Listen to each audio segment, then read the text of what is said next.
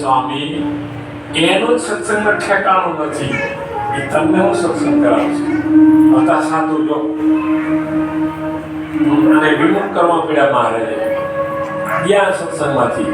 હવે જેનો એનો પોતાનો સત્સંગમાં દ્રઢ પાયો ના હોય એવાનો સમાગમ કરો તો શું થાય?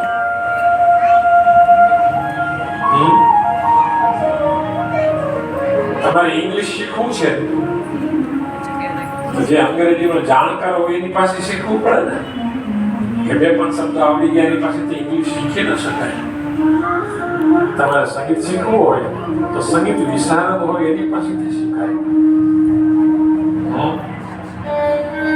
એમ આપણે આધ્યાત્મિક માર્ગે ચાલવું હોય તો જે આધ્યાત્મિક માર્ગની અંદર વિશારદ હોય, જે આધ્યાત્મિક માર્ગની અંદર ડૂબેલા હોય એવા સાધુનો સમાગમ કરીએ તો જ આપણામાં રૂડા ગુણ આવે, નહીંતર આપણામાં રૂડા ગુણ આવે નહીં.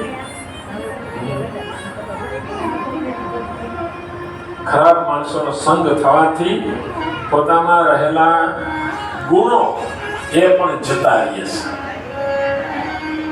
એવી અનેક કથાઓ છે જેને કુસંગ મળ્યો છે એના જીવન બરબાદ થઈ ગયા છે, અને જેને સત્સંગ મળ્યો છે એના જીવન એકદમ ભક્તમય થઈ ગયા છે.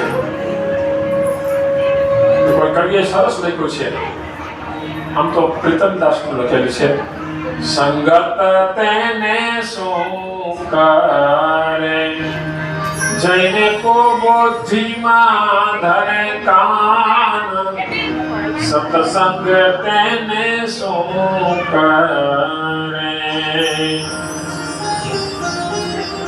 અહીંયા સત્સંગ બેસે અને પાછી રાત્રે ન જવાનું